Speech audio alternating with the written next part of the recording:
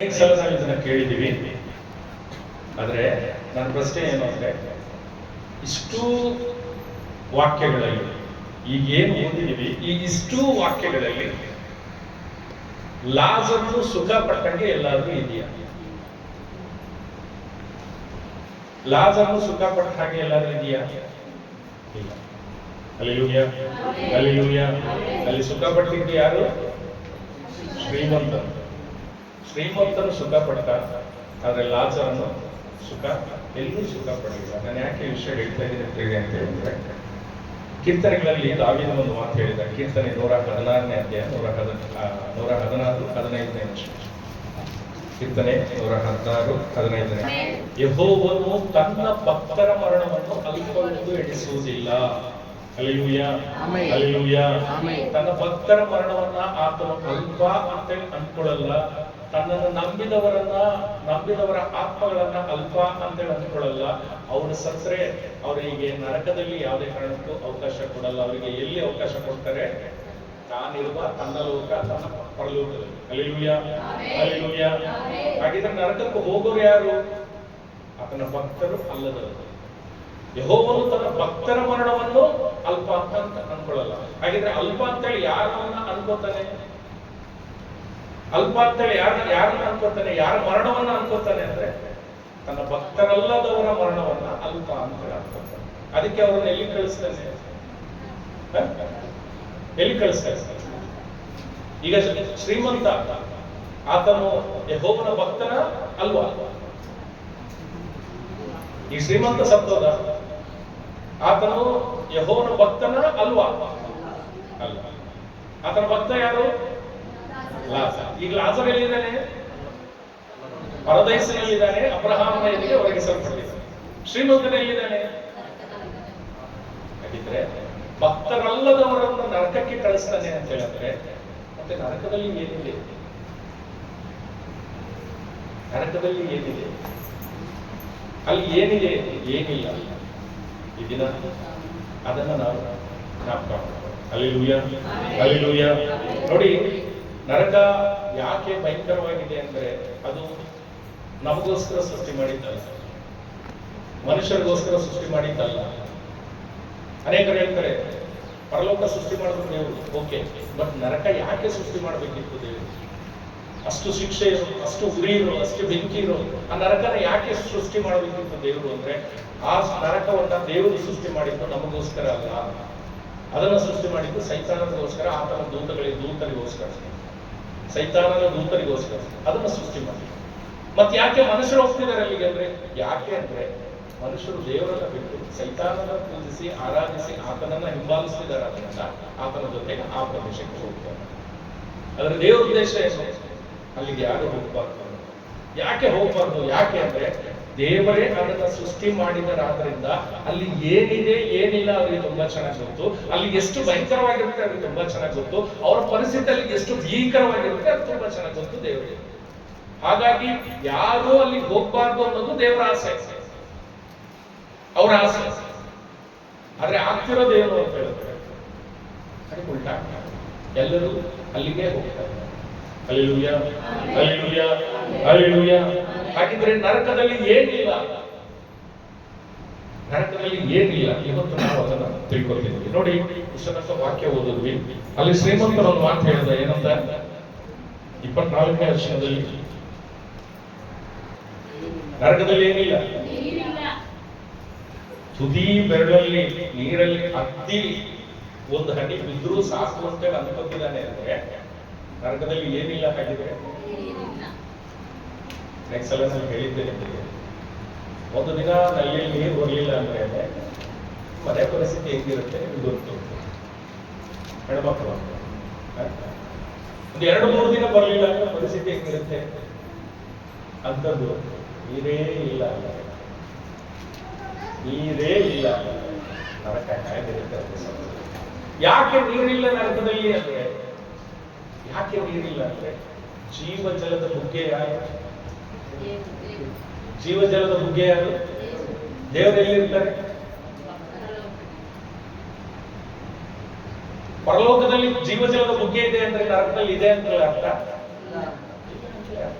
ಅದಕ್ಕೆ ನರಕದಲ್ಲಿ ಯಾಕೆ ನೀರಿಲ್ಲ ಅಂದ್ರೆ ಜೀವ ಜಲದ ಬುಗ್ಗೆಯಾದ ದೇವರು ನರಕದಲ್ಲಿ ಇಲ್ಲ, ಅದಕ್ಕೆ ನರಕ ಭಯಂಕರ. ಎಲ್ಲಿದೆ ವಾಕ್ಯ? ಯೆರೆಮೀಯ ನೋಡಿ, ಯೆರೆಮೀಯ 2ನೇ ಅಧ್ಯಾಯ 13ನೇ ವಚನ. ಯಾರನ್ನ ಬಿಟ್ಟಿದ್ದಾರೆ? ಜೀವ ಜಲದ ಬುಗ್ಗೆಯಾದ ನನ್ನನ್ನು ಬಿಟ್ಟಿದ್ದಾರೆ. ಹಲ್ಲೆಲೂಯಾ, ಹಲ್ಲೆಲೂಯಾ, ದೇವರಿಗೆ ಮಹಿಮೆ ಕಲುಗುರುಗಾಕ. ಜೀವ ಜಲದ ಬುಗ್ಗೆ ಯಾರು? ದೇವರು.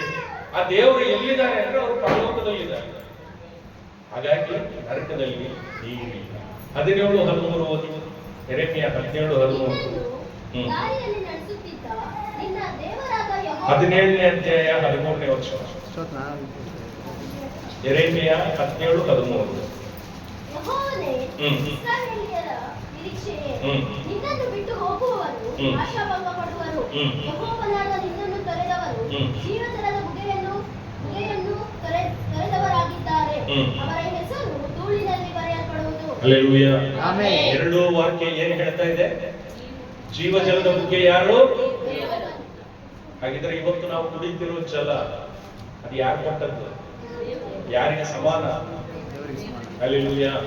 ನರಕದಲ್ಲಿ ಯಾಕೆ ನೀರಿಲ್ಲ ಅಂದ್ರೆ ಅಲ್ಲಿ ದೇವರಿಲ್ಲ, ಅದಕ್ಕೆ ಅಲ್ಲಿ ನೀರಿಲ್ಲ. ಹಲ್ಲೆಲೂಯಾ, ಹಲ್ಲೆಲೂಯಾ, ದೇವರಿಗೆ ಮಹಿಮೆ ಕಲುಗುರುಗಾಕ. ಮಾರ್ಕನ ಬರೆದ ಸುವಾರ್ತೆ 9ನೇ ಅಧ್ಯಾಯ 48ನೇ ವಚನ. ನರಕದಲ್ಲಿ ಅವರನ್ನು ಕಡಿಯುವ ಹುಳು ಸಾಯುವುದಿಲ್ಲ, ಬೆಂಕಿ ಆರುವುದಿಲ್ಲ. ಸಾಕು. ನರಕದಲ್ಲಿ ಏನಾಗಲ್ಲ? ಕಡಿಯುವ ಹುಳ ಸಾಯುವುದಿಲ್ಲ, ಬೆಂಕಿ ಯಾಕೆ? ಯಾಕೆ ನರಕದಲ್ಲಿ ಏನಿಲ್ಲ? ಹಾಗಿದ್ರೆ ಇವೆರಡನ್ನು ನೋಡಿದ್ರೆ, ಈ ಎರಡು ಮಾತುಗಳನ್ನು ನೋಡಿದ್ರೆ ನರಕದಲ್ಲಿ ಏನಿಲ್ಲ ಅನ್ಸುತ್ತೆ? ನರಕದಲ್ಲಿ ಆರೋಗ್ಯ ಇಲ್ಲ, ఉపశమన ಇಲ್ಲ, తగ్గిపోతే అనే నమ్మకం లేదు. నమ్మకంగా లేదు, ఏ దానికి లేదు. తగ్గిపోతుందనే ఆశ లేదు, ఆరోగ్యం లేదు. ఎందుకు లేదు? ఎందుకు లేదు అంటే ఆరోగ్యదాయకుడు ఎవరు? ఆరోగ్యం ఇచ్చేవాడు ఎవరు? దేవుడు ఎక్కడుందా? దేవుడు ఎక్కడుందా? ఎందుకు నరకంలో ఆరోగ్యం లేదు అంటే అక్కడ ఏది కొరికే పురుగులు అవి చావు, ఆ కొరుకుతూనే ఉంటాయి. ఆ నొప్పి అనుభవిస్తున్న ఒకసారి ఊహించండి. ಪಂಟಿ ನೊಪ್ಪಿ, ಕಲ್ಲು ನೋವು ಬರೋದು, ಅದು ಎಷ್ಟು ಭಯಂಕರ ನೋವು ಇರುತ್ತೆ, ಅದು ಅನುಭವಿಸಿದವರಿಗೆ ಬೇಕು. ಅದು ಮಾಮೂಲಿ ನೋವಲ್ಲ, ತಡ್ಕೊಳಿಕ್ ಆಗಲ್ಲ. ಹಲ್ಲೆಲೂಯಾ. ಅಲ್ಲಿ ನೋವು ಬಂತು, ಡಾಕ್ಟರ್ ಹೋದ್ರಿ, ಡಾಕ್ಟರ್ ನಿಮ್ಮನ್ನು ನೋಡಿ, ಅಮ್ಮ ಇದಕ್ಕೆ ಯಾವುದೇ ಅವಸ್ಥೆ ಇಲ್ಲ, ಇದು ನಿಂಗೆ ಅನುಭವಿಸ್ತಿರ್ಬೇಕು ಅಂತೇಳಿ ಅಂದ್ರು ಅಂತ ಹೇಳಿ ಹೆಂಗೆ ಅದಕ್ಕೆ ಬಯಸ? ಒಂದು ದಿನ ಅಲ್ಲ, ಒಂದು ವಾರ ಅಲ್ಲ, ಒಂದು ತಿಂಗಳಲ್ಲ, ಎಲ್ಲಿವರೆಗೆ ಅನುಭವಿಸ್ಬೇಕು? ಸಾಯವರೆಗೆ ಅನುಭವಿಸ್ಬೇಕು. ಸಾಯವರೆಗೂ ಅನುಭವಿಸೋದು. ಇವತ್ತೇ ಸತ್ತೋಗ್ಬಿಡೋಣ, ಈ ನೋವಂತೂ ಅನುಭವಿಸಕ್ಕಾಗಲ್ಲ. Hallelujah, hallelujah. ನರಕದಲ್ಲಿ ಅದೇ ಪರಿಸ್ಥಿತಿ. ಯಾಕೆಂದ್ರೆ ಅಲ್ಲಿ ಇಂಜೆಕ್ಷನ್ ಇಲ್ಲ, ಅಲ್ಲಿ ಮಾತ್ರೆಗಳಿಲ್ಲ, ಅಲ್ಲಿ ಔಷಧಿ ಇಲ್ಲ, ಅಲ್ಲಿ ಡಾಕ್ಟರ್ ಇಲ್ಲ, ಅಲ್ಲಿ ಆಸ್ಪತ್ರೆಗಳಿಲ್ಲ. ಭೂಲೋಕದಲ್ಲಿ ಎಲ್ಲವೂ ಇದಾವೆ, ಇವೆಲ್ಲ ಇದೆ. ನಾನು ಏನೇನು ಹೇಳಿದೆ ಈಗ, ಔಷಧಿ ಇದೆ, ಮಾತ್ರೆ ಇದೆ, ಇಂಜೆಕ್ಷನ್ಗಳಿದ್ದಾವೆ, ಡಾಕ್ಟರ್ ಇದ್ದಾರೆ, ಆಸ್ಪತ್ರೆ ಇದೆ, ಎಲ್ಲವೂ ಇದ್ದೇ ನಮ್ಮ ಪರಿಸ್ಥಿತಿ ಹಂಗಾಗಿದೆ. ಇಲ್ಲಿ ಒಬ್ಬೊಬ್ಬರು ಒಂದೊಂದು ಕಾಯಿಲೆ, ಅವ್ರಿಗೆ ಗೊತ್ತಿದ್ರೆ ಒಂದಾದ್ರೂ ಇದ್ದೇ ಐತೆ ಇಲ್ವಾ? ಎಲ್ಲ ಇದ್ದೇ. ಮತ್ತೆ ಏನೂ ಇಲ್ಲದ ನರಕದಲ್ಲಿ ಪರಿಸ್ಥಿತಿ ಹೇಗಿರುತ್ತೆ ಅದು ಸಹಜ. Hallelujah, amen. ಮೋಚನ ಕಾಂಡ 15:26ನೇ ವರ್ಷ. ಹಲ್ಲೆಲೂಯಾ. ದೇವರು ಯಾರು? ఆరోగ్యదాయక. ఆరోగ్యం ఇచ్చేవాడు ఎవరు అంటే అది దేవుడు. ఆయన ఎక్కడున్నాడు అంటే పరలోకంలో ఉన్నాడు. మరి నరకంలో అక్కడ లేడు కాబట్టి అక్కడ రోగం ఎప్పుడు ఉంటుంది, బాధ ఎప్పుడు ఉంటుంది, నొప్పి ఎప్పుడు ఉంటుంది. ఎన్నాళ్ళు? ఒక వారమా, 15 రోజుల, ఒక నెల, ఒక సంవత్సరమా? లేదు. ఎంత యుగ యుగములు. నేను భూలోకం గురించి మాట్లాడాను. భూలోకంలో సత్యంతో ఉంటుంది, ఎందుకంటే ఇక్కడ సాగు ఉంది కాబట్టి. నరకంలో ఎన్నాళ్ళు అనుభవించాలి దాన్ని? ఎన్నాళ్ళు అనుభవించాలి? యుగ యుగములు. దానికి అంత అనేది లేదు, ఎండ్ అనేది లేదు, ఇంకా అయిపోయింది లేదు. ఏదో ఒక డెడ్ లైన్ అనేది ఉంటే ఇన్నాళ్ళు భరిస్తే అబ్బా చాలే అన్నాళ్ళు వరకు ఏదో కళ్ళు ముచ్చుకొని భరిద్దాం, ఆ తర్వాత ఆరాం ఉండొచ్చు అనే ఒక ఇది లేదు. యుగ యుగములు ఇప్పుడు ಹೆರಿಗೆನೋ ನೀವು ಅನುಭವಿಸ್ತೇವೆ, ಅದು ಭಯಂಕರವಾದ ನೋವೇ, ನಾನು ಇಲ್ಲ ಅಂತ. ಆದ್ರೆ ಎಷ್ಟು ದಿನ ಎಷ್ಟೊತ್ತು ಮಗು ಹುಟ್ಟೋರು ಒಂದು ನಿರೀಕ್ಷೆ ಇರ್ತಿದೆ, ಏನು ಮಗು ಹುಟ್ಟೋರ್ಗಷ್ಟೇ ಈ ನೋವು, ಆಮೇಲೆ ಮಗು ಮುಖ ನೋಡಿದ್ರೆ ಎಲ್ಲವೂ ಮಾಡ್ಕೋಬೇಕು. ಆ ನೋವಿಗೆ ಕೊನೆನೇ ಇಲ್ಲ ಅಂದ್ರೆ, ಅದಕ್ಕೆ ಕೊನೆನೇ ಇಲ್ಲ ಅಂದ್ರೆ ಪರಿಸ್ಥಿತಿ ಹೆಂಗಿದೆ ಒಂದ್ಸಲ. ಇದು ಮುಗಿಯೋದೇ ಇಲ್ಲ ಅಂದ್ರೆ ನರಕ ಯಾಕೆ ಭೀಕರ, ಯಾಕೆ ಭಯಂಕರ ಅಂದ್ರೆ ಇದಕ್ಕೋಸ್ಕರ. ಜಸ್ಟ್ ಒಂದ್ಸಲ ಊಹೆ ಮಾಡ್ರೆ, ನನಗೆ ಈಗಲೇ ನಿಮಗೆ ಹೇಳ್ತಿದ್ರೆ ನನ್ನ ಕೈಕಾಲ ನೆನಪಿದ್ದಾರೆ, ನೆನೆಸ್ಕೊಂಡ್ರೆ ಇಂಥ ಜಾಗಕ್ಕೆ ನಾವು ಹೋಗ್ಬಾರ್ದು ಅನ್ನೋದೇ ದೇವರ ಉದ್ದೇಶ. ಅದಕ್ಕೋಸ್ಕರನೇ ಅವ್ರು ಏನ್ ಹೇಳ್ತಿದ್ದಾರೆ, ನೀವು ನನ್ನ ಆಜ್ಞೆಗಳನ್ನ ಕೈಗೊಂಡು ನಡೆದರೆ ಇಸ್ರಾಯೇಲ್ ಪ್ರಜೆಗಳಲ್ಲಿ ಬಂದಂತ ಯಾವ ವ್ಯಾಧಿಯು ನಿಮಗೆ ಉಂಟಾಗದಂತೆ ನಿನ್ನನ್ನು ಕಾಪಾಡ್ತಾನೆ, ನಾನೇ ದೇವರಿಗೆ ಮಹಿಮೆ ಕಲುಗುವುದಾಕ.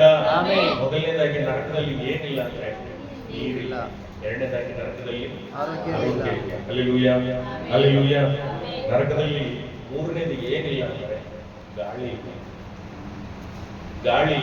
ಯಾಕೆ ನೋಡೋಣ, ದೇವರು ಜೀವದ ಉಸಿರು. ಅದಕ್ಕೋಸ್ಕರ ಆದಿಕಾಂಡ 2:7 ಆದಿಕಾಂಡ 2:7. ಹಲ್ಲೆಲೂಯಾ. ನರಕಕ್ಕೆ ಹೋಗೋದು ಶರೀರನ, ಆತ್ಮನ.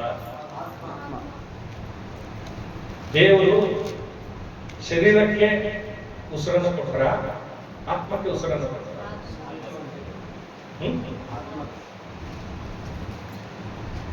ಯಾವ್ದು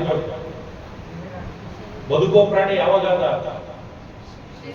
ಶರೀರಕ್ಕೆ ಕೊಡ್ತಾರೆ, ಆ ಶರೀರ ಅಲ್ಲಿಗೆ ಹೋಗಲ್ಲ. ಅಲ್ಲಿಗೆ ಅರ್ಥ ಏನು, ನರಕದಲ್ಲಿ ಗಾಳಿ ಇಲ್ಲ, ನರಕದಲ್ಲಿ ಗಾಳಿ ಇಲ್ಲ. ಒಂದ್ಸಲ ಊಹೆ ಮಾಡ್ರೆ ಹೆಂಗೆ, ಒಂದು 5 ನಿಮಿಷ ಗಾಳಿ ಉಸಿರಾಡ್ಸಲ್ಲ, ಹಂಗೆ ಕಂಟ್ರೋಲ್ ಮಾಡಿ ನೋಡೋಣ, ಹಿಡ್ಕೊಂಬಿಡಿ ನೋಡೋಣ. ನರಕವು ಏಕೆ ಭೀಕರ, ಯಾಕೆ ಭಯಂಕರ ಅಂದ್ರೆ ಇದು ನಿಜವಾಗ್ಲೂ ಹೆದರಿಕೆ ಬರಬೇಕು. ಇನ್ನು ಮುಂದೆ ನಾವು ತಪ್ಪು ಮಾಡ್ಲಿಕ್ಕೂ ಸಹ ಇಂಥ ಜಾಗಕ್ಕೆ ನಾವು ಹೋಗ್ಬೇಕಾಗ್ತದೆ. ಹಲ್ಲೆಲೂಯಾ. ನರಕವು ಯಾಕೆ ಭಯಂಕರ ಅಂದ್ರೆ ಅಲ್ಲಿ ಗಾಳಿ ಇಲ್ಲ. ಯಾಕೆ ಅಂದ್ರೆ ಜೀವನ ಉಸಿರು ಅದು ಯಾರು ಅಂತ ಹೇಳಿದ್ರೆ ದೇವರು. ಅದನ್ನು ಕೊಟ್ಟೋರು ಯಾರು ಅಂದ್ರೆ ದೇವರು. ಹಲ್ಲೆಲೂಯಾ. ದೇವರಿಗೆ ಮಹಿಮೆ ಕಲುಗುವುದಾಕ. ನರಕದಲ್ಲಿ ನೀರಿಲ್ಲ, ನರಕದಲ್ಲಿ ಆರೋಗ್ಯ ಇಲ್ಲ, ನರಕದಲ್ಲಿ ಗಾಳಿ ಇಲ್ಲ. ಮೊನ್ನೆ ಯಾರೋ ಪಾಸ್ ಹೇಳ್ತಾ ಇದ್ರು, ಏನಂತ ಗೊತ್ತಾ, ನಾಯಿಗಳು ನಿಮ್ಮ ಗಾಯಗಳನ್ನ ನೆಕ್ಕಿದ್ರು ಪರವಾಗಿಲ್ಲ, ಕೀವು ರಕ್ತ ಸೋರಿದ್ರು ಪರವಾಗಿಲ್ಲ, ಅನುಭವಿಸ್ರಿ, ಚಿಂತೆ ಇಲ್ಲ. ಯಾಕೆ ಅಂದ್ರೆ ಅದನ್ನ ಅನುಭವಿಸಿದ್ರೆ ನರಕನ ನೀವು ಅನುಭವಿಸ್ತೀರಿ. ನಾನಿಲ್ಲಿ ಚೆನ್ನಾಗಿರ್ಬೇಕು ಅಂತೇಳಿ ಬಯಸಿ ಶ್ರೀಮಂತ ತರ ಇತ್ತು, ಆಮೇಲೆ ನರಕಕ್ಕೆ ಹೋಗ್ಬೇಡ್ರಿ. ಈ ಲೋಕದಲ್ಲಿ ನಿಮಗೆ ನಾಯಿಗಳು ಬಂದು ನೆಕ್ಕಿದ್ರು ಪರವಾಗಿಲ್ಲ, ನಿಮ್ಮ ಸ್ಥಿತಿ ನಾಯಿ ಮಾಡಾದ್ರೂ ಪರವಾಗಿಲ್ಲ, ಆದ್ರೆ ಪರಲೋಕ ನಿಮಗೆ ಸಿಗುತ್ತೆ. ಹಲ್ಲೆಲೂಯಾ. ದೇವರಿಗೆ ಮಹಿಮೆ ಕಲುಗುವುದಾಕ. ಮತ್ತಾಯ ಬರೆದ ಸುವಾರ್ತೆ 25ನೇ ಅಧ್ಯಾಯ 30ನೇ ವಚನ. ನರಕದಲ್ಲಿ ಏನಿದೆ ಅಂದ್ರೆ ಏನಿಲ್ಲ ಅಂತ ಅರ್ಥ ಇಲ್ಲ. ಮೊದಲನೇದು ಅಲ್ಲಿ ಗೋಳಾಟವು, ಕಟಕಟನೆ, ಹಲ್ಲು ಕಡಿಯೋಣವು ಇದೆ. ಅಲ್ಲಿ ಗೋಳಾಟ ಇದೆ ಅಂದ್ರೆ ಏನಿಲ್ಲ ಅಲ್ಲಿಗೆ ಅರ್ಥ, ಸಮಾಧಾನ ಇಲ್ಲ. ಹಲ್ಲೆಲೂಯಾ. ಸಮಾಧಾನ ಇಲ್ಲ. ನರಕದಲ್ಲಿ ಸಮಾಧಾನ ಇಲ್ಲ. ಅಲ್ಲಿರೋದು ಕೇವಲ ಗೋಳಾಟ, ಅಲ್ಲಿರೋದು ಕೇವಲ ಕಟಕಟನೆ, ಹಲ್ಲು ಕಡಿಯೋದು ಮಾತ್ರವೇ. ಹಲ್ಲೆಲೂಯಾ. ನ್ಯಾಯಸ್ಥಾಪಕರು 6ನೇ ಅಧ್ಯಾಯ 24ನೇ ವಚನ.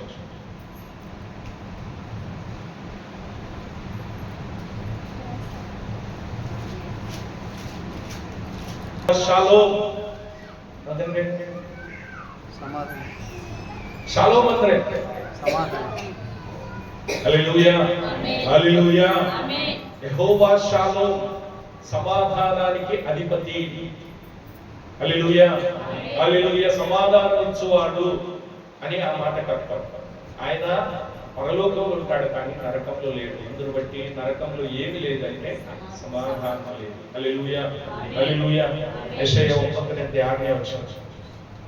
తెలుగులో చాలా బాగుంది ఈ మాట. ఎందుకని? సమాధాన కర్త అని ఉంది. కన్నడದಲ್ಲಿ సమాధాన ప్రభు అంతిದೆ, తెలుగులో సమాధాన కర్త. సమాధాన కర్త అంటే అర్థం ఏంటో తెలుసా? సమాధానానికి అధిపతి అంటే ఆయన సమాధానం ఇస్తేనే మనం పొందుకోగలం, లేకపోతే లేదు. సమాధానం ఎక్కడ అంగట్లో దొరకదు, సమాధానం ఎక్కడ అమ్మరు, సమాధానం వేరే ఏ దాని నుంచో మనం సంపాదించుకోలేము. అది దేవుడిస్తేనే, ఎందుకంటే అది దేవుని దగ్గర ఉంది. హల్లెలూయా. సమాధాన ప్రభు లేక సమాధానకర్త ఎవరు అంటే ఆయన దేవుడు.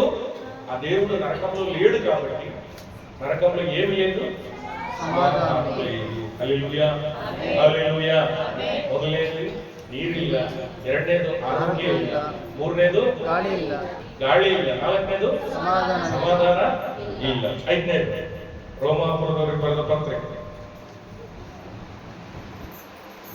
ನರಕದಲ್ಲಿ ಏನಿಲ್ಲ ಅಂದ್ರೆ ಶಾಂತಿ ಇಲ್ಲ, ಶಾಂತಿ ಕೊಡೋನು ದೇವರು. ರೋಮಾಪುರದವರಿಗೆ ಬರೆದ ಪತ್ರಿಕೆ 15:33. ದೇವರು ಶಾಂತಿದಾಯಕನಾದ್ರೆ ಆತನು ನರಕದಲ್ಲಿ ಇರ್ತಾನ? ಇರಲ್ಲ. ಅದರ ಅರ್ಥ ಏನು? ಶಾಂತಿ ಇಲ್ಲ. ನರಕದಲ್ಲಿ ಶಾಂತಿ ಇಲ್ಲ. ಅದಕ್ಕೆ ಅಲ್ಲಿ ಏನಿದೆ ಅಂದ್ರೆ ಬರೀ ಕಟಕಟನೆ, ಕಲ್ಲು ಕಡಿಯೋಣವು ಮತ್ತು ಓಡಾಟ, ಸಮಾಧಾನ ಅನ್ನೋದಿಲ್ಲ. ನಾವಿಲ್ಲಿ ಸೈಲೆಂಟ್ ಆಗಿ ಕೂತಿದ್ದೀವಿ. ಭೂಲೋಕದಲ್ಲಿ ಸೈಲೆಂಟ್ ಇದೆ, ಪರಲೋಕದಲ್ಲೂ ಸೈಲೆನ್ಸ್ ಇದೆ. ನರಕದಲ್ಲಿ ಸೈಲೆನ್ಸ್ ಎಲ್ಲೂ ಸಿಗಲ್ಲ. ನರಕ ಎಷ್ಟು ದೊಡ್ಡದಿದೆ, ಈ ತುದಿಯಿಂದ ಆ ತುದಿಗೆ, ಆ ಮೂಲೆಯಿಂದ ಈ ಮೂಲೆಗೆ, ಇಲ್ಲಿಂದ ಇಲ್ಲಿಗೆ ಓಡಾಡೋದು.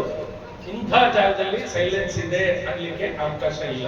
ಯಾಕೆ ಅಂದ್ರೆ ಆ ಉರಿಗೆ, ಆ ಬೆಂಕಿಗೆ, ಆ ನೀರಿಲ್ಲದ ಆ ಒಂದು ಇದಕ್ಕೆ, ಆ ಸ್ಥಿತಿಗೆ ಎಲ್ಲರೂ ಅರಚೋದು, ಕಿರ್ಚೋದು, ಓಡಾಟ ಇದೇ ಇರುತ್ತೆ ಹೊರತು ಅಲ್ಲಿ ಶಾಂತಿ ಇಲ್ಲವೇ ಇಲ್ಲ. Hallelujah, hallelujah. ನೀವು ನಿಮ್ಮ ಮಹಿಮೆ ಕಲಿಯುವುದಕ್ಕಾಗ ಮನೆಯಲ್ಲಿ ಎಲ್ಲ ಕೆಲಸ ಮಾಡಿ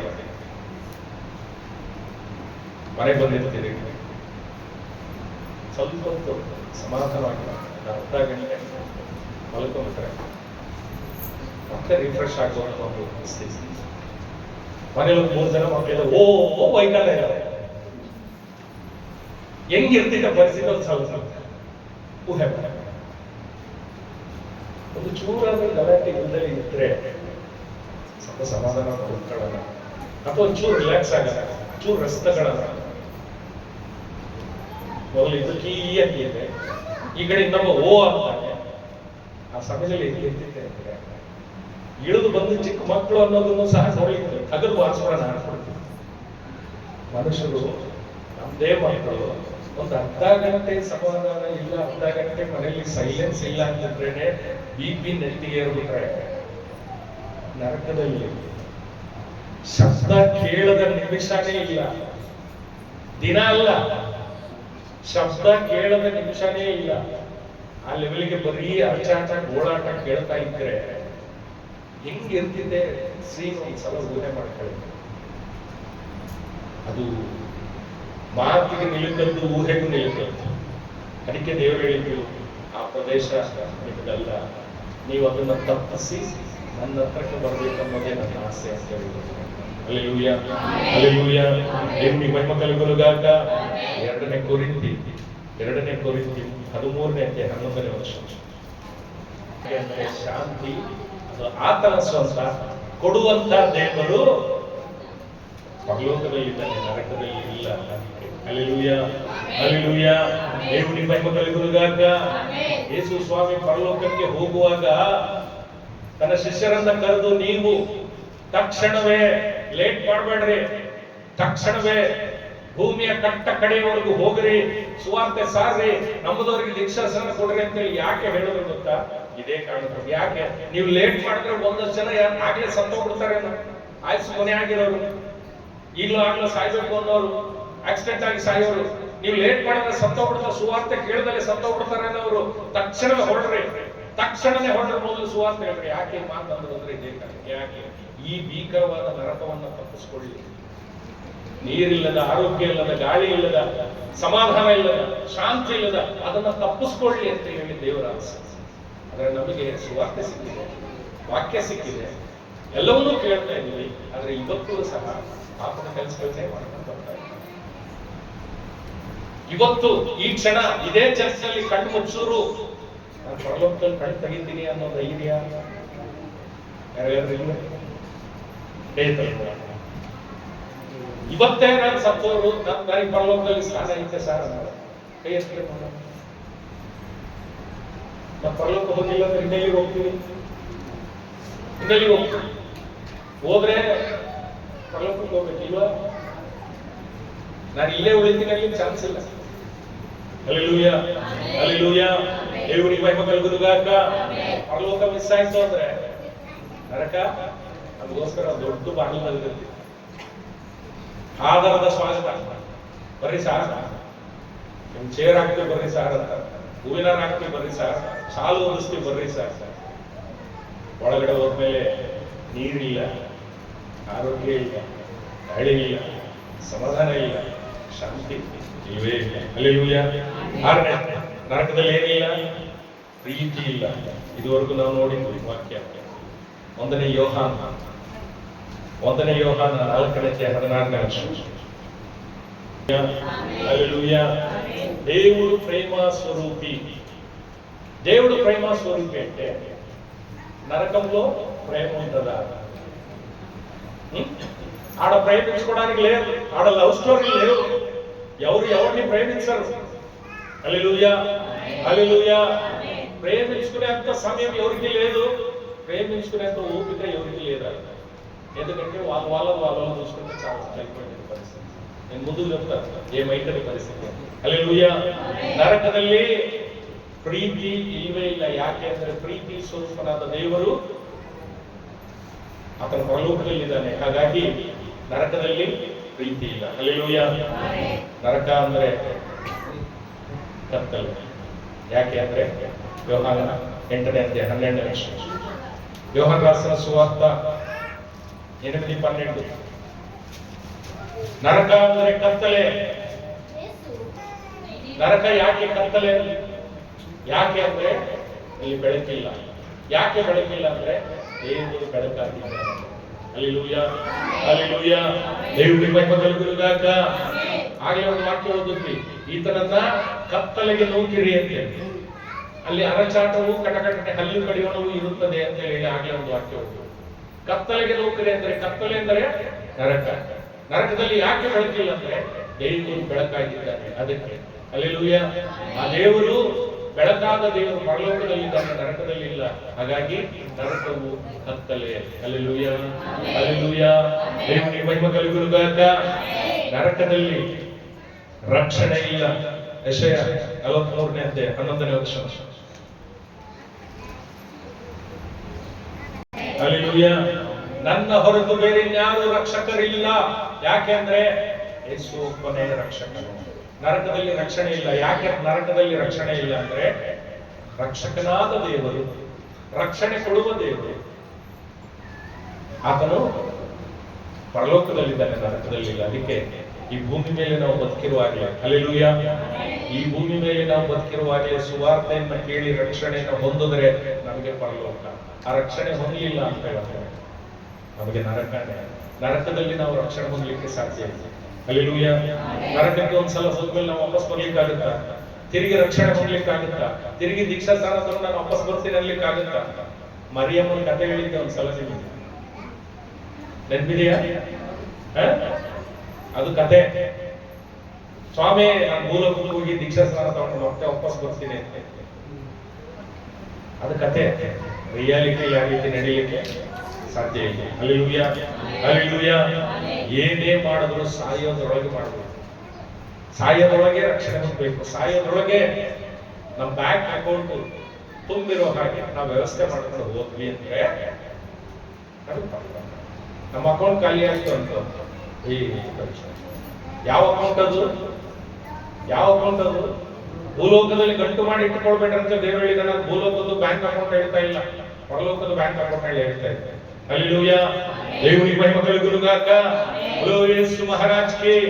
ಎಂಟನೇದು, ಭೂಲೋಕದಲ್ಲಿ ರಕ್ಷಕನು ದೇವರೊಬ್ಬನೇ, ಆತನ ಮೂಲಕವೇ ರಕ್ಷಣೆ ಹೊರತು ನರಕದಲ್ಲಿ ರಕ್ಷಣೆ ಯಾವುದೇ ಕಾರಣಕ್ಕೂ ಇಲ್ಲ. ಯಾಕಂದ್ರೆ ರಕ್ಷಣೆ ಕೊಡುವವನು ರಕ್ಷಕನು ಅದು ದೇವರು. Hallelujah, hallelujah. ನರಕದಲ್ಲಿ ಸಾಂತ್ವನ ಇಲ್ಲ, ಸಂತೈಸುವವರು ಯಾರು ಇರಲ್ಲ. ಯೆಶಯ 51ನೇ ಅಧ್ಯಾಯ 12ನೇ ವರ್ಷ.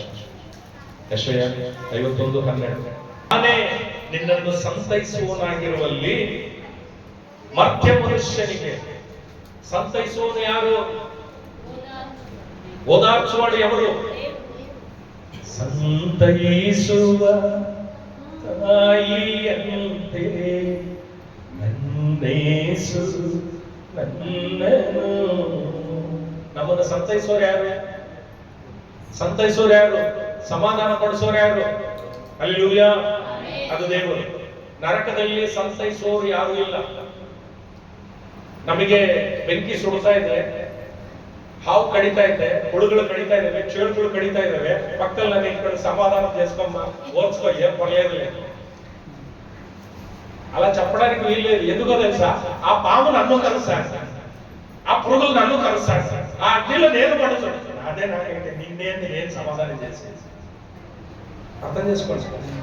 అక్కడ ప్రతి ఒక్కరిది ఒకటే పరిస్థితి. ఒకరికొకరు సమాధానం పరచుకోవడానికి కూడా అవకాశం లేదు.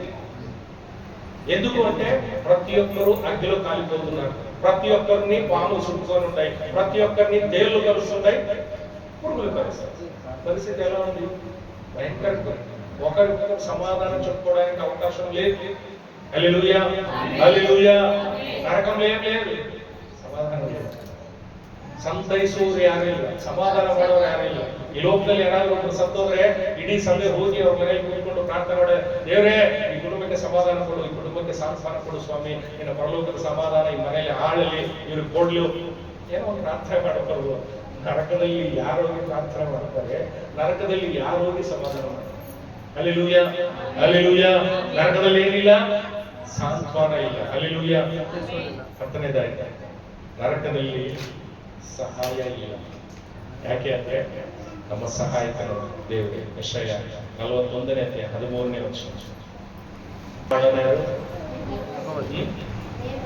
ಸಹಾಯ ಮಾಡೋದು ಯಾರು? ನನಗೆ ಅನೇಕ ಜನ ಫೋನ್ ಮಾಡ್ತಿರ್ತಾರೆ, ಸರ್ ನನ್ನ ಪರಿಸ್ಥಿತಿ ಹಿಂಗೆ, ನನ್ನ ಸಾಲ ಇಲ್ಲ, ಚೀಟಿ ಕಟ್ಟಬೇಕು, ಏನ್ ಮಾಡ್ಬೇಕು ಗೊತ್ತಾಗ್ತಿಲ್ಲ, ಅಥವಾ ಮುಂದಿನ ವಾರ ಹಿಂಗೆ ಐತೆ, ಏನ್ ಮಾಡ್ಬೇಕು ಗೊತ್ತಿಲ್ಲ, ಮನೆ ಆರೋಗ್ಯದಲ್ಲಿ ನಿಂತೋಯ್ತು ಸರ್, ಏನ್ ಮಾಡ್ಬೇಕು ಗೊತ್ತಾಗ್ತಿಲ್ಲ. దేవుడే సహాయం చేస్తాడు. ధైర్యంగా నేను చెప్పే మాట ఏంటి? ఇదే మాట, దేవుడే సహాయం చేస్తాడు. ధైర్యంగా అంటే అర్థమైంది. సహాయకుడు ఎవరు? నరకంలో ఎందుకు సహాయం లేదు అంటే ప్రతి ఒక్కరిది ఒకటే పరిస్థితి. ఒకరికొకరు సహాయం చేసుకునే పరిస్థితి ఎవరికి లేదాడ. అక్కడ ఉండేది ఒకటే మాట, ఏమంటే నాకు ఎవరన్నా సహాయం చేయండి, హెల్ప్ మీ, నాకు ఎవరన్నా సహాయం చేయండి అని అందరూ అరుచుంటారు. కానీ సహాయం చేసే వాళ్ళు ఒక్కరు లేరు. అందరిది ఒకటే పరిస్థితి కాబట్టి అందరూ సహాయం చేయండి, సహాయం చేయండి అని అరిచేవాళ్ళే కానీ సహాయపడే వాళ్ళు ఒక్కరొక్కరు లేరు. ఎందుకు లేరు? సహాయపడిన దేవుడు అక్కడ లేడు కాబట్టి. హల్లెలూయా, హల్లెలూయా, హల్లెలూయా. అక్కడ ఉండడానికి దేవుడు తన కొరకు దాన్ని సృష్టించుకోలేదు. భూమిని దేవుడు సృష్టించాడు, అవునా? వాక్యంలో ఉంది ఆదికాండంలో, భూమిని దేవుడే సృష్టించాడు. ఇక్కడ ఆయన ఉన్నాడు. పరలోకాన్ని తన కొరకు తాను సృష్టించుకున్నాడు, అక్కడ ఆయన ఉన్నాడు. నరకం అది మన కొరకు సృష్టించబడలేదు, తన కొరకు కూడా ఆయన సృష్టించుకోలేదు. దాన్ని సృష్టించింది సైతాన్ కొరకు, అతని దూతల కొరకు. అందరూ బట్టి వాళ్ళు అక్కడ ఉన్నారు, వాళ్ళు వాళ్ళ సవాసంలో ఉండే వాళ్ళు అక్కడికి తెచ్చుకున్నారు. అందరూ బట్టి సహాయకులు నరకంలో లేదు. హల్లెలూయా, హల్లెలూయా. దేవుని మహిమ కలుగును గాక. అక్కడ ఎవరెవరి బాధ వాళ్ళ ನಿರಾಸಕ್ತಿಗಳು ಯಾರು ಅಂತ ಕನ್ನಡದಲ್ಲಿ ಒಂದು ಗಾದೆ ಇದೆ. హల్లెలూయా, హల్లెలూయా. ఎవరెవరు బాధ వాళ్ళ అట్లా ఒకరికొకరు సహాయపడే స్థితిలో ఎవరూ లేరు. హల్లెలూయా, హల్లెలూయా, హల్లెలూయా. ఎన్నైనాయి? ఏదో చెప్తారా? ನೀರಿಲ್ಲ, ನೀರಿಲ್ಲ, ಆರೋಗ್ಯವಿಲ್ಲ, ಆರೋಗ್ಯ ಇಲ್ಲ, ಗಾಳಿ ಇಲ್ಲ, ಗಾಳಿ ಇಲ್ಲ, ಸಮಾಧಾನವಿಲ್ಲ, ಶಾಂತಿ ಇಲ್ಲ, ಪ್ರೀತಿ ಇಲ್ಲ, ಪ್ರೀತಿ ಇಲ್ಲ, ಪ್ರೀತಿ ಇಲ್ಲ, ಕತ್ತಲಿಲ್ಲ, ಬೆಳಕಿಲ್ಲ, ಬೆಳಕಿಲ್ಲ, ಆಮೇಲೆ ರಕ್ಷಣೆ ಇಲ್ಲ, ರಕ್ಷಣೆ ಇಲ್ಲ, ಸಂತೈಸುವವರಿಲ್ಲ, ಸಂತೈಸುವವರಿಲ್ಲ, ಸಹಾಯ ಮಾಡುವವರಿಲ್ಲ, ಸಹಾಯ ಮಾಡೋರಿಲ್ಲ. ಆಮೇಲೆ ನರಕದಲ್ಲಿ ಜ್ಞಾನ ವಿವೇಕಗಳು ಇಲ್ಲ. ಹಲ್ಲೆಲೂಯಾ. ನಾನು ಅಂತೇಳಿ 8ನೇ ಅಧ್ಯಾಯ 14ನೇ ವಚನ. Hallelujah, hallelujah. ಯೆಹೋವನ ಭಯವೇ ಜ್ಞಾನಕ್ಕೆ ಮೂಲ. ಹಾಗಿದ್ರೆ ಜ್ಞಾನ ಯಾರು ಅಂದ್ರೆ ಅದು ದೇವರು. ಸೊಲೊಮೋನನು ದೇವರ ಹತ್ರ ಕೂತ್ಕೊಂಡು ಪ್ರಾರ್ಥನೆ ಮಾಡಿದ, ಸಾಕ್ಷಾತ್ ದೇವರೇ ಕೆಳಗಿಳಿದು ಬಂದರು. ಸೊಲೊಮೋನ, ನಿನ್ನ ಪ್ರಾರ್ಥನೆ ನೋಡಿ ನಾನು ಮೆಚ್ಚಿದೆ, ನಿನಗೆ ಏನ್ ಬೇಕು ಅಂತ ಹೇಳಿ ಕೇಳಿದಾಗ ಸೊಲೊಮೋನ ಏನೇನು ಕೇಳಿದ? ಜ್ಞಾನವನ್ನ ಕೇಳಿದ. ಹಾಗಿದ್ರೆ ಜ್ಞಾನ ಯಾರು ಸೊತ್ತು? ದೇವರ ಸೊತ್ತಾದ ಜ್ಞಾನ ವಿವೇಕ ಅದು ಪರಲೋಕದಲ್ಲಿ ಇರುತ್ತಾ, ನರಕದಲ್ಲಿ ಇರುತ್ತಾ? ನಾನಿಗೊಂದು ಈ ಲೋಕದ ಆಲೋಚನೆ, ಲೋಕಸ್ಥರ ಆಲೋಚನೆ ಹಾಗೆ ಒಂದು ಉದಾಹರಣೆ ಇದೆ. తెలుగులో సినిమా వచ్చింది. సినిమా పేరు యమదొంగ. జూనియర్ ఎన్టీఆర్ చచ్చిపోయి నరకానికి పోతాడు, యమలోకానికి. అక్కడ యమలోకంలో ఉండే జనాలందరినీ తన వైపుకు తిప్పుకొని జూనియర్ ఎన్టీఆర్ యముడైపోతాడు. అవునా? నేను ఈ విషయాన్ని ఎందుకు చెప్తున్నాను, గుర్తు చేస్తున్నాను అంటే నరకంలో జ్ఞానం లేదు, తెలివితేటలు అస్సలు లేదు. బాగా అది సినిమా. సినిమాలో అతను చచ్చిపోయి నరకానికి పోయి తన తెలివితేటలు ఉపయోగించి, తన జ్ఞానాలు ఉపయోగించి అక్కడున్న వాళ్ళందరినీ తన వైపు చెప్పుకొని యమున్నే బోల్తా గుర్తించి ఈడే యముడైపోయాడు. ఇది సినిమాలో సాధ్యం అంతే కానీ రియాలిటీలో లేదు. ఎందుకు లేదు అంటే నరకంలో నీ జ్ఞానం, నీ తెలివి, నీ ఒక వివేకం ఏది పనిచేయలేదు. అది ఏది నరకంలో ఉండదు. ఎందుకంటే జ్ఞానం వచ్చేవాడు దేవుడు, జ్ఞానానికి మూలం దేవుడు. అందరూ బట్టి ఆయన పరలోకంలో ఉంటాడు కాబట్టి ఇది నరకంలో పనిచేయదు.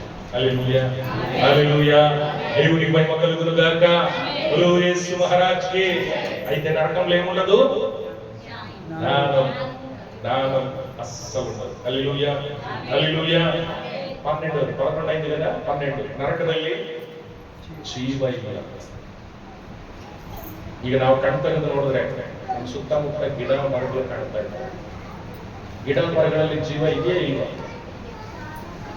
ಇದೇ ಇಲ್ವಾ? ಗಿಡ ಮರಗಳಲ್ಲಿ ಜೀವ ಇದೆ. ಈ ಭೂಮಿ ಮೇಲೆ ಜೀವ ಇದೆ. ಅದಕ್ಕೆ ಸೂರ್ಯ ಹುಡುಕ್ತಿದ್ದಾನೆ, ಮುಳುಗ್ತಿದ್ದಾನೆ, ಚಂದ್ರ ಬರ್ತಿದ್ದಾನೆ, ನಕ್ಷತ್ರಗಳು ಬರ್ತಿದೆ, ಕಾಲ ಬದಲಾಗ್ತಿದೆ. ಯಾಕೆಂದ್ರೆ ಇಲ್ಲಿ ಜೀವ ಇದೆ. ಎಲ್ಲಿ ಜೀವ ಇರುತ್ತೋ ಅದು ಅಲ್ಲಾಡ್ತಿರ್ತಿದೆ, ಚೆನ್ನಾಗಿರ್ತದೆ. ಜೀವ ಇರೋ ಶರೀರನೇ ಅಲ್ಲಾಡೋದು. ಜೀವ ಇಲ್ಲದ ಶರೀರ ಅಲ್ಲಾಡುತ್ತಾ? ಭೂಮಿನೂ ಅಷ್ಟೇ, ಅದು ತಿರುಗ್ತಿದೆ, ಅದಕ್ಕೆ ಜೀವ ಇದೆ, ಅದಕ್ಕೋಸ್ಕರ ತಿರುಗ್ತಿದೆ. ಭೂಮಿ ಮೇಲಿರೋ ಪ್ರತಿಯೊಂದು ಜೀವ ಇದೆ, ಅದಕ್ಕೆ ಹುಟ್ಟುತ್ತಿದ್ದಾವೆ, ಬೆಳೀತಾ ಇದ್ದಾವೆ, ಫಲ ಕೊಡ್ತಾರೆ. ಆದ್ರೆ ನರಕದಲ್ಲಿ ಜೀವ ಇಲ್ಲ. ಹಲ್ಲೆಲೂಯಾ. ಯೋಹಾನ ಬರೆದ ಸುವಾರ್ತೆ 11ನೇ ಅಧ್ಯಾಯ 25ನೇ ವಚನ. ಯೋಹಾನ 11:25. ನಾನೇ ಪುನರುತ್ಥಾನವು ಜೀವವೂ ಆಗಿದ್ದೇನೆ. ಜೀವ ಯಾರು? ಜೀವ ಯಾರು? హల్లెలూయా, హల్లెలూయా. జీవం ఎవరు? దేవుడే. దేవుడు జీవము గనక పరలోకంలో ఆయన ఉన్నాడు. నరకంలో జీవము లేదు. ఎందుకు లేదు అంటే జీవమైన దేవుడు అక్కడ లేడు కాబట్టి. హల్లెలూయా, హల్లెలూయా. దేవుని మహిమ కలుగును గాక. ಅನ್ಯಾಡ ಆಯ್ತಾ? ನರಕದಲ್ಲಿ ಇನ್ನೊಂದೇ ಇಲ್ಲ. ನರಕದಲ್ಲಿ ವಿಶ್ರಾಂತಿ ಇದೆ. ನೋಡಿ, ವಿಮೋಚನ ಕಾಂಡ 33ನೇ ಅಧ್ಯಾಯ 14ನೇ ವಚನ. ಜೊತೆಯಲ್ಲಿ ಬಂದು ನಿಮಗೆ ಯೆಹೆಜ್ಕೇಲ್ 34:15. ಯೆಹೆಜ್ಕೇಲ್ 5ನೇ ವಚನ.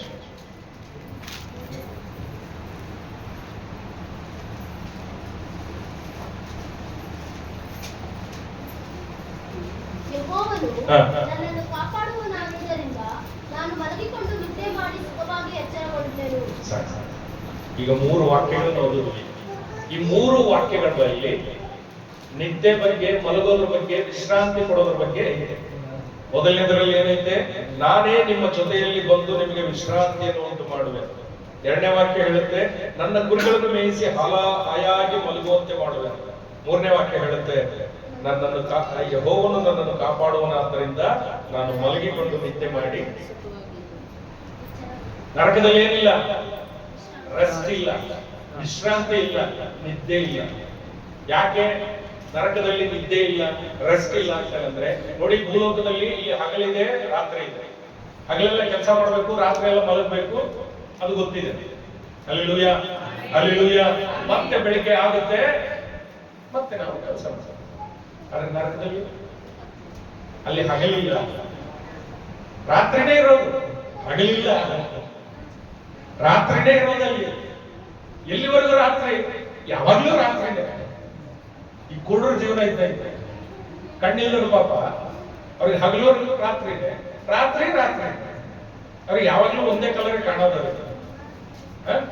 ಯಾವಾಗ್ಲೂ ಒಂದೇ ಕಲರ್. ಯಾವ ಕಲರ್? ಬ್ಲಾಕ್. ಪಾಪ ಅವ್ರಿಗೆ ತಿನ್ನೋ ಅನ್ನ ಯಾವ ಕಲರ್ ಐತೆ ಅನ್ನೋದು ಸಹ ಗೊತ್ತಿಲ್ಲ. ಚಪಾತಿ ಯಾವ ಕಲರ್ ಗೊತ್ತಿಲ್ಲ, ಉಪ್ಪಿಟ್ಟು ಯಾವ ಕಲರ್ ಗೊತ್ತಿಲ್ಲ. ಇಷ್ಟಕ್ಕೂ ಕಲರ್ ಅಂದ್ರೆ ಏನು ಗೊತ್ತಿಲ್ಲ ಅವ್ರಿಗೆ. ಅವ್ರಿಗೆ ಗೊತ್ತಿರೋದು ಒಂದೇ ಕಲರ್. ಯಾವ ಕಲರ್? ನರಕದಲ್ಲಿ ಇರೋದು ಅಷ್ಟೇ ಸರಿ. ಅವ್ರಿಗೆ ಏನ್ ಗೊತ್ತು ಅಂದ್ರೆ ಕತ್ತಲು ಒಂದೇ ಗೊತ್ತು.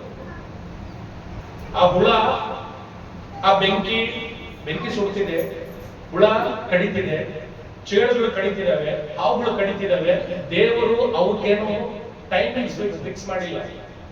ಫ್ಯಾಕ್ಟ್ರಿ ಕೆಲಸಕ್ಕೆ ಹೋಗಕ್ಕೆ ಬೆಳಿಗ್ಗೆ 9 ಗಂಟೆಗೆ ಹೋಗಿ ಸಾಯಂಕಾಲ 5 ಗಂಟೆವರೆಗೂ ನೀವು ಮುಗಿಸ್ಕೊಂಡು ಬಂದ್ರಿ ಅಂತ ಹೇಳಿ, ಹುಳಕ್ಕೆ ಬೆಂಕಿಗೆ ದೇವರು ಟೈಮಿಂಗ್ಸ್ ಫಿಕ್ಸ್ ಮಾಡಿಲ್ಲ. ನೀವು ಬೆಳಿಗ್ಗೆ 9ರಿಂದ ಸಾಯಂಕಾಲ 5 ಗಂಟೆವರೆಗೂ ಸುಡಬೇಕು, ಕಡಿಬೇಕು ಅಂತೇಳಿ ಫಿಕ್ಸ್ ಮಾಡಿಲ್ಲ. ಫಿಕ್ಸ್ ಮಾಡಿದ್ರೆ ಸಾಯಂಕಾಲ ಕಳ್ಕೊಂಡು ರಾತ್ರಿ ಹೋಗಿ ಮಲ್ಕೋಬಹುದಿತ್ತು. ನರಕದಲ್ಲೂ ಸಹ ಫಿಕ್ಸ್ ಮಾಡಿಲ್ಲ. ಹಗಲೂ ಕಡಿತಾರೆ, ಈಗಲೂ ಕಡಿತಾರೆ, ಆಮೇಲೂ ಕಡಿತಾರೆ, ನೆನ್ನೆನೂ ಕಳೆದಿತ್ತು, ಈಗಲೂ ಕಡಿತಾ ಇದ್ದಾರೆ. ಕಡಿತಲೇ ಇರ್ತವೆ, ಕಡಿತಲೇ ಇರ್ತವೆ. ನಾವು ಕಿರಿಸ್ತಲೇ ಇರ್ತೀವಿ, ರೆಸ್ಟೇ ಇಲ್ಲ.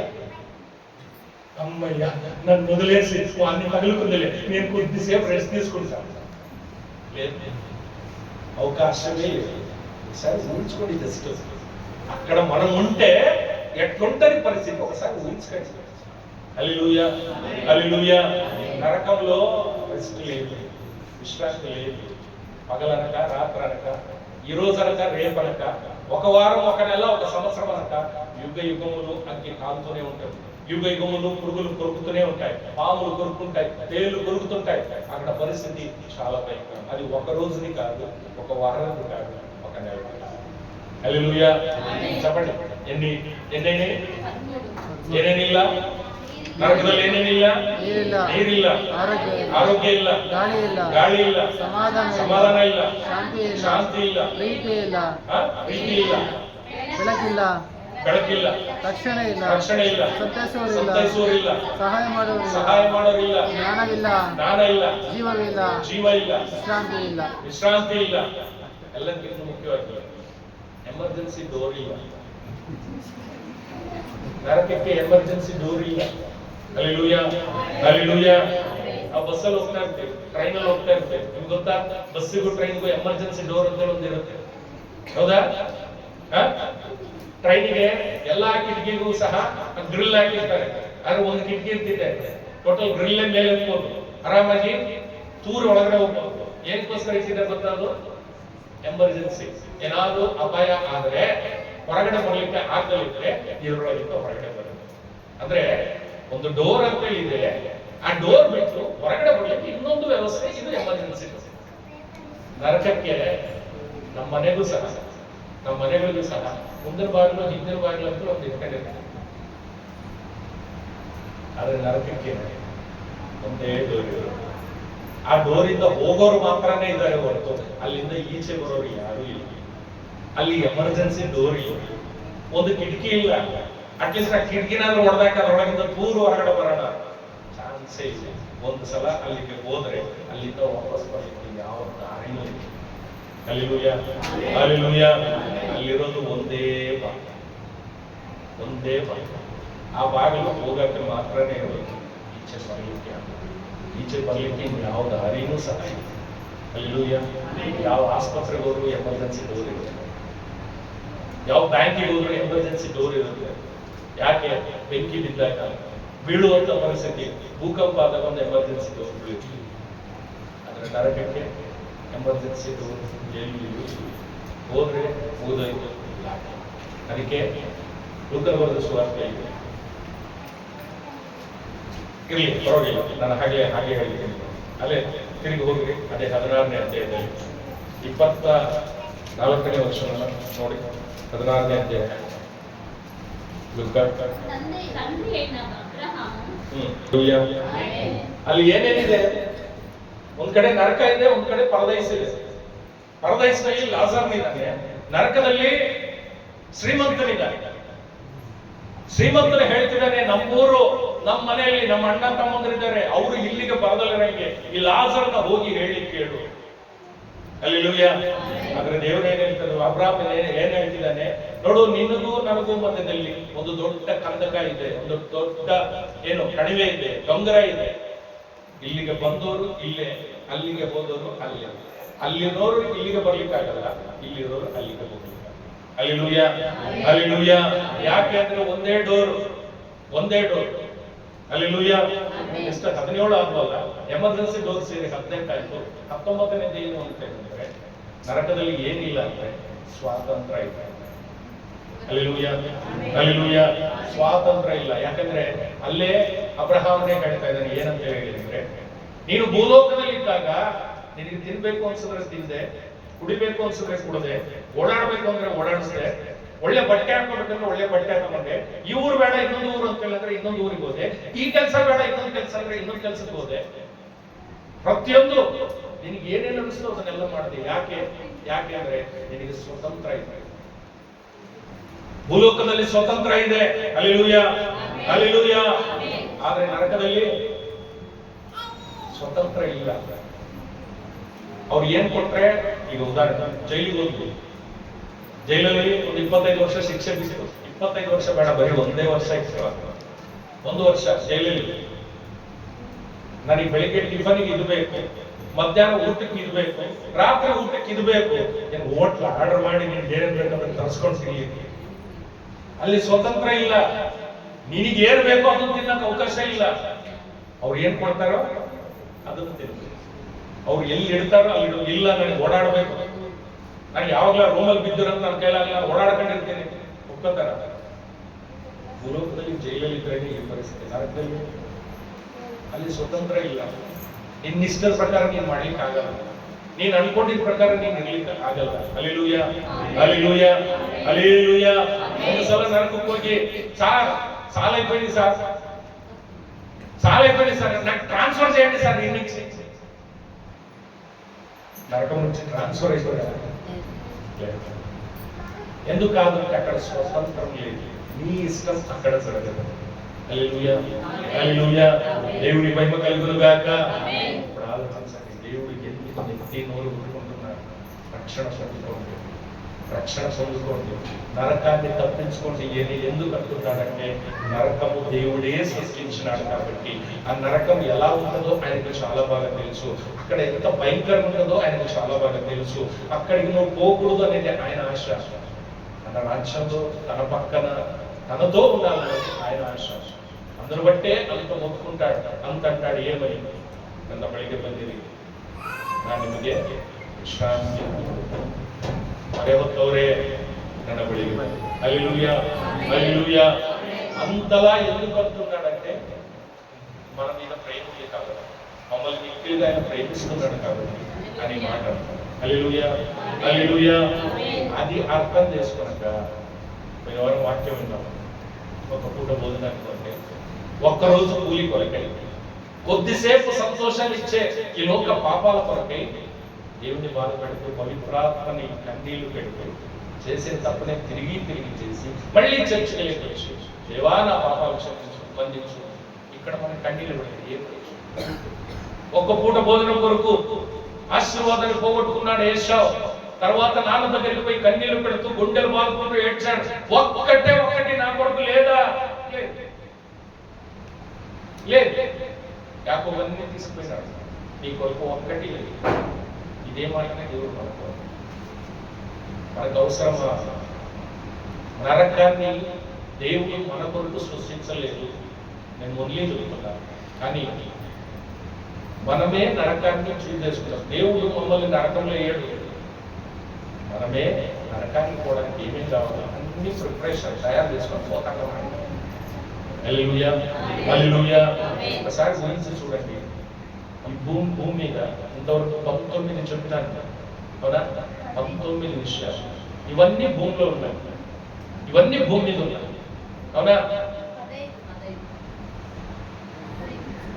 చెప్పడంలో ಸರ್ ನಮ್ಮ ಪರಿಸ್ಥಿತಿಗಳಾಗಿದೆ, ಇನ್ನೂ ಪಾಪ ಇದೆ. ಆದ್ರೆ ಒಂದೂ ಇಲ್ಲ, ಇವ್ಯಾವ ಒಂದೂ ಇಲ್ಲ. ಒಂದ್ಸಲ ಊಹೆ ಪಡೆದು ಪರಿಸ್ಥಿತಿ ಇರುತ್ತೆ. ಹಲ್ಲೆಲೂಯಾ. ಪರಲೋಕಕ್ಕೂ ಭೂಲೋಕಕ್ಕೂ ನರಕಕ್ಕೂ 3 ವ್ಯತ್ಯಾಸ ಇಲ್ಲೇ ಗಮನಿಸಿ. ಪರಲೋಕದಲ್ಲಿ ಇವೆಲ್ಲವೂ ಇದೆ, ಇವೆಲ್ಲವೂ ಮಾತ್ರನೇ ಇದೆ, ಇದು ಬಿಟ್ಟು ಬೇರೆ ಇನ್ನೇನು ಇಲ್ಲ. Hallelujah, hallelujah. ಪರಲೋಕದಲ್ಲಿ ಈಗ ಏನು 15 ಇದೆ, ಈ 15 ಪರಲೋಕದಲ್ಲಿ ಇದೆ. ಇದು ಬಿಟ್ಟು ಬೇರೆ ಇನ್ನೇನು ಇಲ್ಲ. ಏನಿಲ್ಲ ಅಂದ್ರೆ ನರಕದಲ್ಲಿ ಕತ್ತಲೆ ಇಲ್ಲ, ನರಕದಲ್ಲಿ ನೋವಿಲ್ಲ, ನರಕದಲ್ಲಿ ಹಸುವಿಲ್ಲ, ನರಕದಲ್ಲಿ ಬಾಯಾರಿಕೆ ಇಲ್ಲ, ನರಕದಲ್ಲಿ ಬೇರೆ ಇನ್ಯಾವ ನಮಗೆ ನೋವು ಕೊಡುವಂಥದ್ದು ಇನ್ನೇನು ಇಲ್ಲ. ಇದು ಮಾತ್ರನೇ ಇದೆ. ಎಲ್ಲಿ? ಪರಲೋಕದಲ್ಲಿ. ಭೂಲೋಕದಲ್ಲಿ ಇದೇನು 15 ಹೇಳ್ತೀವಿ ಇದು ಇದೆ, ಇದ್ರ ಜೊತೆಯಲ್ಲಿ ಇಲ್ಲಿ ಕತ್ತಲೇನೂ ಇದೆ, ಇಲ್ಲಿ ನೋವಿದೆ, ಇಲ್ಲಿ ಅನಾರೋಗ್ಯ ಇದೆ, ಇಲ್ಲಿ ಬಾಧೆ ಇದೆ, ಇಲ್ಲಿ ಕಣ್ಣೀರಿದೆ, ದುಃಖ ಇದೆ, ಇವೆಲ್ಲವೂ ಇದೆ ಭೂಲೋಕ. ನರಕದಲ್ಲಿ ಈಗ ಇದುವರೆಗೂ ಏನೇನು ಓದಿದ್ರೆ ಇದು ಬಿಟ್ರೆ ಇದು ಟೋಟಲಿ ಇಲ್ಲ ನೋಡ್ರಿ. 3ಕ್ಕೂ ಇದು ಏನೇನಿಲ್ಲ ಅಂತ ನಾವು ಓದಿದ್ವಿ. ಪರಲೋಕದಲ್ಲಿ ಇವೆಲ್ಲವೂ ಇದೆ. ಭೂಲೋಕದಲ್ಲಿ ಇದು ಇದೆ, ಇದ್ರ ಜೊತೆಯಲ್ಲಿ ಇಲ್ಲಿ ವಿರುದ್ಧವಾದದ್ದು ಇದೆ. ಅದೇ ನರಕದಲ್ಲಿ ಇವೇನು ಓದಿದ್ರಿ ಇದೇ ಅಲ್ಲಿ ಇಲ್ಲದೆ. ಪರಿಸ್ಥಿತಿ ಎಷ್ಟು ಭಯಂಕರವಾಗಿರುತ್ತೆ ಒಂದ್ಸಲ. ನರಕ ಯಾಕೆ ಭೀಕರವಾಗಿದೆ ಅದನ್ನ ನೀವು ತಪ್ಪಿಸ್ಕೊಳ್ಳಿ ಅಂತ ಹೇಳಿ ದೇವರು ಯಾಕೆ ಪದೇ ಪದೇ ಹೇಳ್ತಾರೆ ಅಂದ್ರೆ ಇದೇ ಕಾರಣ. ಅಲ್ಲಿ ಸಹಾಯ ಮಾಡೋರು ಯಾರು ಇಲ್ಲ. ನಾವು ದೊಡ್ಡದಾಗಿ ಸ್ಟೇಟಸ್ಗಳು ಹಾಕ್ತೀವಿ ಏನಂತ ಹೇಳಿದ್ರೆ ನಿಮ್ಗೆ ಗೊತ್ತಿರೋ ನಿಮ್ಗೆ ಫೋನ್ ತೆಗೆದು ನೋಡ್ರಿ, ನಿಮ್ಮ ಸ್ಟೇಟಸ್ಗಳು ಸಹಾಯ ಬಗ್ಗೆ ಎಲ್ಲವೂ ಬರುತ್ತೆ. ಇಲ್ಲಿ ನಮಗೆ ನಾವೇ ಇಲ್ಲ, ಯಾವ ಏನಿಲ್ಲ, ಏನು ದೊಡ್ಡ ಡೈಲಾಗ್ಗಳು ಅಪ್ಪ ನರಕಕ್ಕೆ ಹೋದ್ರೆ ಇಲ್ಲಿ ಹಿಂಗಂತಿದೆಯಲ್ಲ, ನರಕಕ್ಕೆ ಹೋದ್ರೆ పరిస్థితి అది. ప్రేమ చూపించాలి ఎవరు లేరు, నాకే ఒక స్టేటస్. నరకానికి పోతే ప్రేమ అనే మాటే రాదా? ప్రేమ పాడైపోయిన స్వామి, ఈ మంట నుంచి తప్పించే చాలు. ప్రేమ లేకపోయినా పర్లేదు, బతికేస్తాడు. హల్లెలూయా, హల్లెలూయా. నరకం చాలా భయంకరమైనది, దాన్ని తప్పించబడాలనేది దేవుని ఒక ఆశ. అని మనమే నరకాన్ని పొందుకోవాలంటే ఏమేమి చేయాలో అవే చేస్తూ బతుకుతున్నాం. చర్చకు వస్తున్నాం, మళ్ళీ తిరిగి పాపాలు చేస్తున్నాం. చర్చకు వస్తున్నాం, మళ్ళీ తిరిగి మనం పాడైపోవడానికి ఏదైతే అవసరమో అవే చేస్తున్నాం. దయచేసి అలాంటి వాటికి దూరంగా ఉంటాం, పాపానికి దూరంగా ఉంటాం. నరకానికి పాత్రలవడానికి ఏమైతే చేస్తున్నాం వాటి నుంచి దూరంగా ఉన్నాం. పోయిన వారం పూర్తి రాష్ట్రాలు చెప్పినాను ఏమంటే ఆకాశం కళ్ళెత్తి చూడడానికి కూడా మనకు యోగ్యత లేదు. నరకానికి పాత్రలైన వారం మనం. నరకానికి తప్ప ఇంకే దానికి పనికి ఎక్కడ బతకడానికి పనికిరాం మనం. భూలోకంలో కూడా, పరలోకంలో కాదు, భూలోకంలో కూడా బతికి ఉండడానికి కూడా మనకు పనికిరాని వాళ్ళు అలాంటి పాత్రలు. కానీ దేవుని మహాకృప, దేవుడు కాపాడి మనల్ని నడిపిస్తాడు. మనం ఎన్ని కృతజ్ఞతలు చూపినా, ఎంత ఆయన మనం విధేయులై జీవించినా అది తక్కువ. హల్లెలూయా, హల్లెలూయా. దేవుని మహిమ కలుగును గాక. ఇంతవరకు మన జీవితంలో ఆయన కాపాడుతున్నాడు, నడిపిస్తున్నాడు, ఆదరణ ఇస్తున్నాడు, ఆరోగ్యం ఇస్తున్నాడు. ఎన్ని చెప్పినా తక్కువ. అతి బిగి కాలంలో ఒకరి రోజు ఒక సాక్ష్యం చూస్తున్నాడు. నాకు వింటే నిజంగా ఇక మీద కారు సవాసానికి పోకూడదు అనిపించింది. ఎక్సలెంట్ డ్రైవర్ గిరి కుమార్, మీకు అందరికీ తెలుసు. నిజంగా ఆయన బండితో చూస్తే నాకే చాలా సంతోషం అనిపిస్తుంది. భలే దొరుకుతాం కారణం. ఈ వారంలో ఆయన కారు తీసుకుని అనంతపురం పోయినాడు. అక్కడ రిటర్న్ వస్తూ ఉన్నారు. హైవే పటపట మధ్యాహ్నం, మంచి మధ్యాహ్నం. ఆయనతో పాటు తిరుమల అనే వాళ్ళిద్దరే ఉన్నారు. ఆ తిరుమల నిద్ర వచ్చేసి అసలు పడుతున్నాడు. ఈయన డ్రైవర్, ఈయన తోలుతున్నాడు. తోలుతూ ఆ కారులో ఒక ఎక్స్ట్రా ఒక ఫీచర్ ఉంది. ఏ ఫీచర్ అనేది ఎక్సలేటర్ తొక్కాల్సిన అవసరం లేదు. ఒక బటన్ ఉంది, ఆ బటన్ కొడితే చాలు ఒక మినిమం స్పీడ్ అదే మెయింటైన్ చేసుకొని పోతా అంటారు. బ్రేక్ మీద నుంచి కాలు తీసిన, ఎక్సలేటర్ నుంచి కాలు తీసిన, క్లచ్ మీద నుంచి కాలు తీసి జస్ట్ స్టేరింగ్ పట్టుకుని ఊరికి ఇట్లా అనుకుంటూ పోవచ్చు అంతే. అదే పోతుంది. ఈయన దాన్ని నొక్కినాడు, లక్షణ కూర్చున్నాడు, ఊరికి ఇట్లా అనుకుంటాడు కాలు తీసి పోతూ పోతూ పోతూ పోతూ ఆయన బండి 100 కిలోమీటర్ల స్పీడ్లో ఒకటే స్పీడ్లో పోతాంది. హైవే కాబట్టి పోతాను 100 కిలోమీటర్ల స్పీడ్. ఈయనకు నిద్ర వచ్చింది మధ్యాహ్నం. ఎంతవరకు అంటే బండి పోతుండే స్పీడ్లో ఆ 100 కిలోమీటర్ల స్పీడ్లో పోతుంది పోతుంది పోతుంది నిదానంగా సైడ్కి వచ్చింది. సైడ్ కంటే లెఫ్ట్ సైడ్కి వస్తే ఏం పర్లేదు. ఎందుకంటే లెఫ్ట్ సైడ్ ఏదో పొలాలకి వెళ్ళిపోతుంది అంతే. కానీ రైట్ సైడ్కి వస్తే డివైడర్ ఉంటుంది, అవతల రోడ్డుకి ఇవతల రోడ్డుకి మధ్యలో ఫుల్ సైడ్కి వచ్చింది. సైడ్కి వచ్చి ఆ 100 కిలోమీటర్ స్పీడ్లోనే పోతాను బండి. సైడ్కి వచ్చి టైర్ ఆ డివైడర్కి తాకి సౌండ్ వస్తుంది. అయినా అన్ని గ్లాసులు వేసుకొని ఏసీ వేసుకోవాలి. అయినా వాళ్ళకి అర్థమవుతలేదు. ఇంకొంచెం సైడ్కి వచ్చింది. రైట్ సైడ్ మిర్రర్ అద్దం ఉంటుంది ముందు పక్క.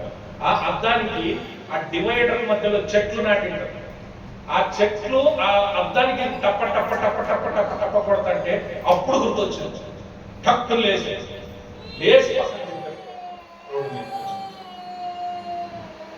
అది స్మూత్ గా ఒక్కొక్కటే హాఫ్ ఇంచ్ నిదానంగా బయటకు వచ్చింది. సైడ్కి వచ్చింది.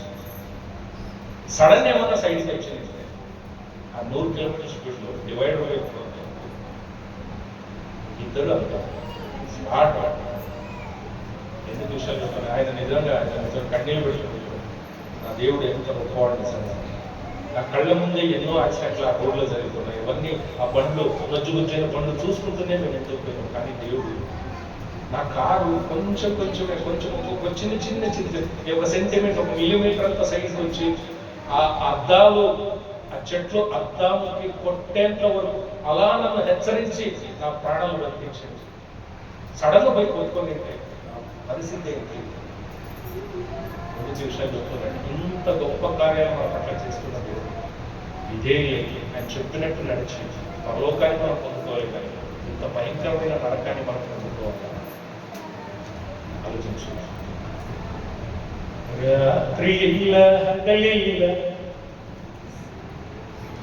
ಏನದು ಆತನ ರಾಜ್ಯದಲ್ಲಿ ರಾತ್ರಿ ಇಲ್ಲ ಹಗಲಿಲ್ಲ. ಅರ್ಥ ಮಾಡ್ಕೊಳ್ಳಿ. ಪರಲೋಕದಲ್ಲಿ ರಾತ್ರಿ ಇಲ್ಲ ಹಗಲಿಲ್ಲ. ಭೂಲೋಕದಲ್ಲಿ ರಾತ್ರಿ ಇದೆ, ನರಕದಲ್ಲಿ ಬರೀ ರಾತ್ರಿ ಮಾತ್ರ. ಅದೇ ಪರಲೋಕದಲ್ಲಿ ಓನ್ಲಿ ಸುಖ ಇದೆ, ಓನ್ಲಿ ಸಂತೋಷ ಇದೆ. ಭೂಲೋಕದಲ್ಲಿ ಸುಖನೂ ಇದೆ, ಸಂತೋಷನೂ ಇದೆ, ದುಃಖನೂ ಇದೆ, ಬಾಧೆನೂ ಇದೆ. ನರಕದಲ್ಲಿ ಬಾಧೆ ಬಿಟ್ಟರೆ ಬೇರೆ ಇದೆ. Hallelujah, hallelujah. ಅಂತ ಜಾಗಕ್ಕೆ ನಾವು ಹೋಗ್ಬೇಕಾ? ಜಸ್ಟ್ ಸಿಕ್ಕ ಉದಾಹರಣೆ ಹೇಳ್ತೇವೆ. ಹುಷಾರಿಲ್ಲದೆ ಆಸ್ಪತ್ರೆಗೆ ಅಡ್ಮಿಟ್ ಆಗ್ತಾರೆ. ಒಂದು ವಾರ ಅಡ್ಮಿಟ್ ಆಗಿದ್ದಾರೆ ಗವರ್ಮೆಂಟ್ ಆಸ್ಪತ್ರೆ. ಒಂದು ವಾರ ಚೆನ್ನಾಗಿರೋ ಆಸ್ಪತ್ರೆ, ಪ್ರೈವೇಟ್ ಆಸ್ಪತ್ರೆ, ಯಾಕಂದ್ರೆ ಚೆನ್ನಾಗಿರ್ತಾರೆ. ಗವರ್ಮೆಂಟ್ ಆಸ್ಪತ್ರೆಗೆ ಅಡ್ಮಿಟ್ ಆಗಿ ಒಂದು ವಾರದ ನಂತರ ಒಂಚೂರು ಕ್ಲಿಯರ್ ಆಯ್ತು. ಏನ್ ಅನಿಸ್ತಿತ್ತು ಈಗ? ಒಂಚೂರು ಕ್ಲಿಯರ್ ಆಯ್ತು. ನಿನಗೆ ಮನಸ್ಸಿಗೆ ಅನಿಸ್ತು, ಡಾಕ್ಟರ್ ನಾಳೆ ಬರ್ತಾರೆ, ಡಿಸ್ಚಾರ್ಜ್ ಮಾಡೋದು, ಮೊದಲು ಮನೆಗೆ ಹೋದ್ರೆ ಸಾಕಪ್ಪ ಅಂತ ಅನಿಸ್ತದೆ. ಡಾಕ್ಟರ್ ನಾಳೆ ಬಂದು ಇಲ್ಲ ಇನ್ನೂ ಒಂದು ವಾರ ಇರಬೇಕು ಅಂತ ನಿಮಗೇನು ಅನಿಸ್ತದೆ? ಇನ್ನೂ ಒಂದು ವಾರ ಇರಬೇಕು. ಅಯ್ಯೋ, ಆ ರೋಗಿಗಳ ಮಧ್ಯದಲ್ಲಿ ಬರೀ ಸತ್ತೋಗಿರೋ ವಿಷಯ ಕೇಳೋದು. ಅವನಿಗೆ ಹುಷಾರಿಲ್ಲ, ಇವನಿಗೆ ಹುಷಾರಿಲ್ಲ, ಇವನು ಬಂದು. ಯಾಕಂದ್ರೆ ನಿಮ್ ಪಕ್ಕದಲ್ಲಿ ಒಬ್ಬೊಬ್ರದ್ದು ಒಂದೊಂದು ಕತೆ ಹೇಳ್ತಾರೆ. ಸುತ್ತಮುತ್ತ ಅಡ್ಮಿಟ್ ಆಗಿರೋ ಒಬ್ಬೊಬ್ರದ್ದು ಒಂದೊಂದು ಕತೆ. ಇಂಥವ್ರ ಮಧ್ಯದಲ್ಲಿ ನನಗೆ ಇನ್ನೂ ಇರ್ಬೇಕಾ? ಮೊದಲು ಇಲ್ಲಿಂದ ಹೋಗ್ಬಿಡಲ್ಲಪ್ಪ ಮನೆಗೆ ಅನಿಸ್ತಾ ಇರ್ತೀವಿ. ಯಾರಿಗೆ ಆಸ್ಪತ್ರೆ ಅಡ್ಮಿಟ್ ಆಗ್ತಾರೆ ಈ ಪರಿಸ್ಥಿತಿ ಇರ್ತದೆ. ಅಲ್ಲಿ ಪರಿಸ್ಥಿತಿ ಅಂತೆ. ಇಂಥದ್ದು ಬೇಕಾಗುತ್ತೆ. హల్లెలూయా హల్లెలూయా. దేవునికి మహిమ కలుగును గాక. దయచేసి మన ఆత్మల్ని కాపాడుకోవడం, ఎందుకంటే శరీరం పట్ల కలిసిపోతుంది, కానీ ఆత్మ పరలోకానికి పోయేది ఆత్మనే, నరకానికి పోయేది ఆత్మ. అందుని బట్టి ఆత్మ నరకానికి పోకుండా కాపాడుకుంటాం. దేవుని వైపు చూద్దాం. సాంత్వనం ఇచ్చే, సమాధానం ఇచ్చే, శాంతినిచ్చే, వెలుగై ఉండే దేవుని వైపు చూద్దాం. మన ఆత్మల్ని కాపాడుతాం. హల్లెలూయా. ప్రార్థన చేద్దాం.